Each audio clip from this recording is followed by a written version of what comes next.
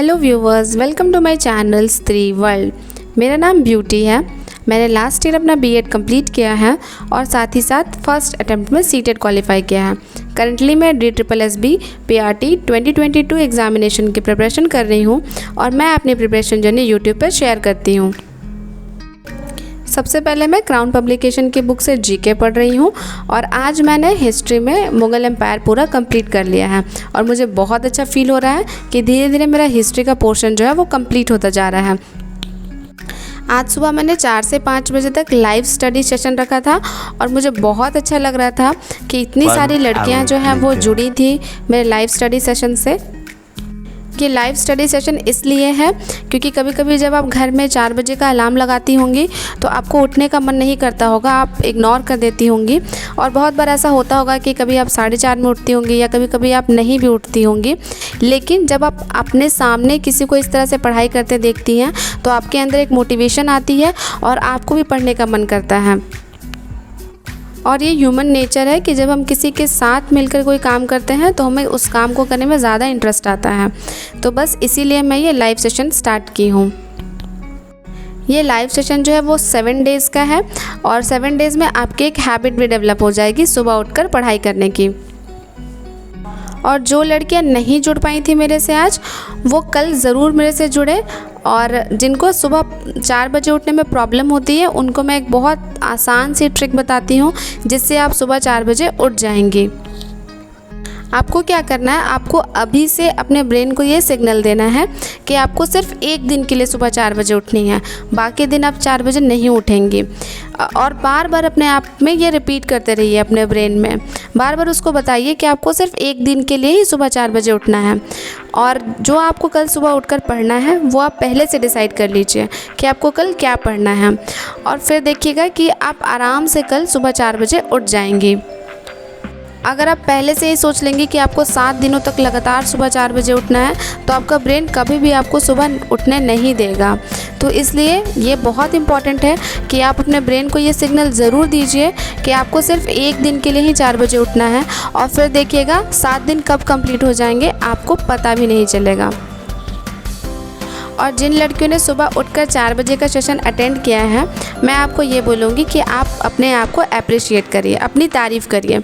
हमारे साथ क्या होता है ना कि हम बाहर से अप्रिशिएशन चाहते हैं, हम चाहते हैं कि लोग हमारी तारीफ़ करें, लोग मेरे बारे में कुछ अच्छा बोलें। लेकिन जब खुद की बारी आती है तो हम खुद को कभी भी अप्रिशिएट नहीं करते हैं। तो आप क्या करिए कि आप एक मिरर लीजिए और मिरर में देखकर एकदम बिल्कुल अपने बारे में 10 सेंटेंस पॉजिटिव बोलिए। आप बोलिए कि तुम कितनी अच्छी हो, तुम सुबह 4 बजे उठ गई पढ़ाई करने के लिए, ऐसे तुम रेगुलर रहोगी तो तुम अपने गोल को ज़रूर पा लोगी। और ऐसे ऐसे बहुत सारे सेंटेंस रिपीट करिए।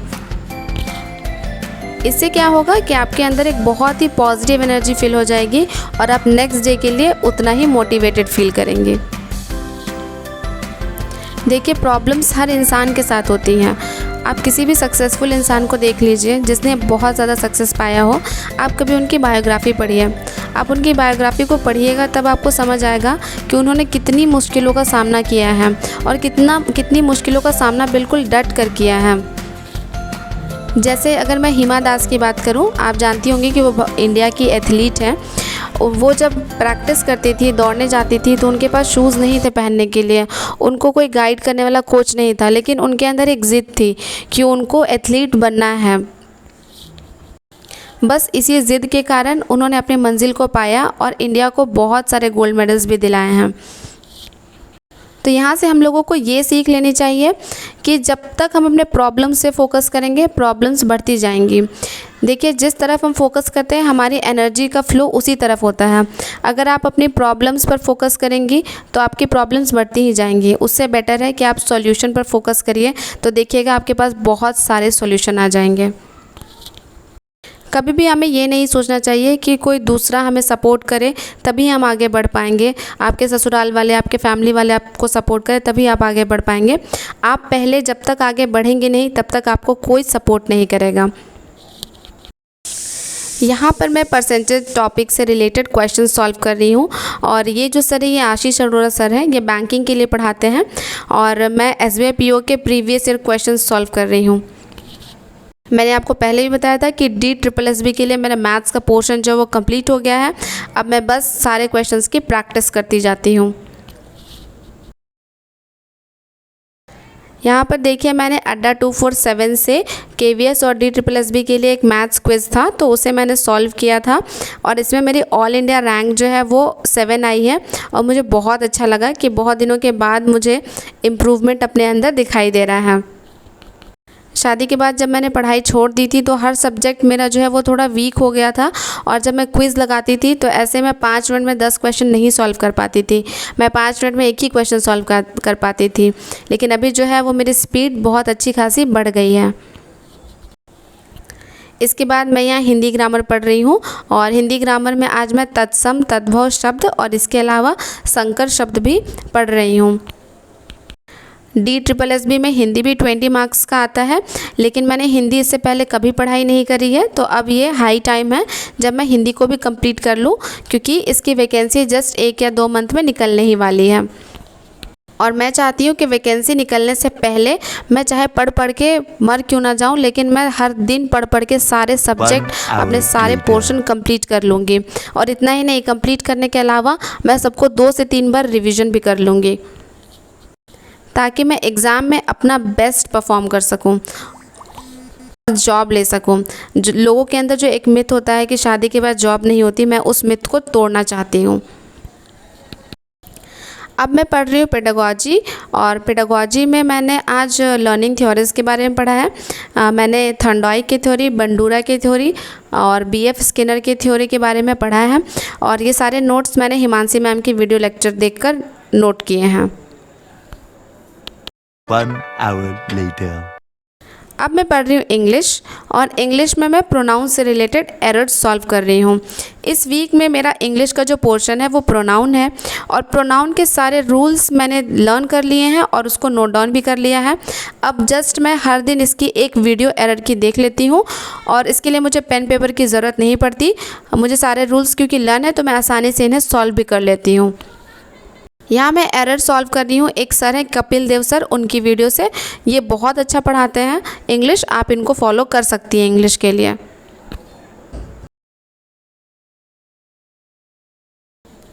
अब मैं यहाँ पे वर्ड मीनिंग्स लर्न कर रही हूँ। अगर आपने मेरी प्रीवियस वीडियोस देखी होंगी तो आपको पता होगा कि मैं वर्ड मीनिंग के लिए इंडिया स्टडीज़ यूट्यूब चैनल को फॉलो करती हूँ, और मेरे पास 252 वर्ड्स का कंपाइलेशन है, जिसमें मैंने 100 वर्ड मीनिंग जो है लर्न कर लिए हैं। और अब मैं पहले 100 वर्ड मीनिंग को पूरा रिवीजन करूँगी, और उसके बाद मैं नेक्स्ट 101 वर्ड मीनिंग से स्टार्ट करूँगी पढ़ना। देखिए हमारे यहाँ बिहार में इतनी ज़्यादा गर्मी है कि मुझे ऊपर वाले फ्लोर में बहुत ज़्यादा गर्मी लग रही थी, इसलिए मैं अभी पढ़ाई करने के लिए थोड़ा नीचे आ गई थी, ताकि मैं थोड़ा रिलैक्स फील कर सकूँ। A few moments later. अब मैं यहाँ पे हिमांशी मैम की वीडियो लेक्चर देख रही हूँ, और उन्होंने NCF से रिलेटेड 2 नए वीडियोस अपलोड किए थे, जिसमें मैंने आज एक ही वीडियो देखा है और एक वीडियो मैं नेक्स्ट डे देख लूँगी। और मैं क्या करती हूँ कि वीडियोस देखने के साथ साथ उनके नोट्स भी प्रिपेयर कर लेती हूँ। देखिए पेडागॉजी सब्जेक्ट जो है वो मुझे बहुत इजी लगता है, लेकिन इसमें जितने ज़्यादा फैक्ट्स हैं और जितनी ज़्यादा थ्योरीज़ हैं उनको लर्न करना टफ़ होता है। अदरवाइज़ अगर आप एक दिन में एक थ्योरी समझेंगे तो आपको बहुत ईजी लगेगा। फॉर एग्ज़ाम्पल अगर आपने B.Ed में लर्निंग कर्व्स के बारे में पढ़ा है तो आपको लगता होगा कि कितना आसान टॉपिक है, लेकिन जितना आसान सारे टॉपिक्स होते हैं उतनी ही जल्दी हम उन टॉपिक्स को भूल भी जाते हैं। तो इसमें इम्पॉर्टेंट बात यह है कि सारे टॉपिक्स को हमें बहुत ज़्यादा अपने दिमाग में रिटेन करके रखना होगा। और अगर किसी टॉपिक को आपको रिटेन करके अपने दिमाग में लंबे टाइम तक रखना है तो आप रिवीजन मेथड यूज़ करके पढ़ाई करिए। यहाँ देखिए मैंने आज भी लगभग 8.5 घंटे की पढ़ाई पूरी कर ली है, और इतना ज़्यादा पढ़ाई करने के बाद मुझे बहुत अच्छा लगता है। देखिए जब मैं 6 घंटे पढ़ाई करती थी तो मैं सारे सब्जेक्ट्स कवर नहीं कर पाती थी, जैसे मेरा रीजनिंग, हिंदी, ये सारे सब्जेक्ट जो है मेरे छूट जाते थे। इवन मैं इंग्लिश में सिर्फ वर्ड मीनिंग्स कर पाती थी और इसके ग्रामर पोर्शन को सॉल्व नहीं कर पाती थी। लेकिन अब जब मैं 8 घंटे की पढ़ाई करती हूँ, जब से मैंने अपना 2 घंटा इंक्रीज़ किया है, तब से मैं अपने सारे सब्जेक्ट्स को कंप्लीट कर पा रही हूँ। इसके बाद अब मैं अपने शाम के काम में लग जाऊंगी डिनर प्रिपेयर करने के लिए। अगर आपको मेरी वीडियो से थोड़ी भी मोटिवेशन मिलती है तो इसे लाइक ज़रूर करिएगा। अगर मेरे चैनल पर नए हैं तो सब्सक्राइब ज़रूर करिएगा। मिलते हैं नेक्स्ट वीडियो में।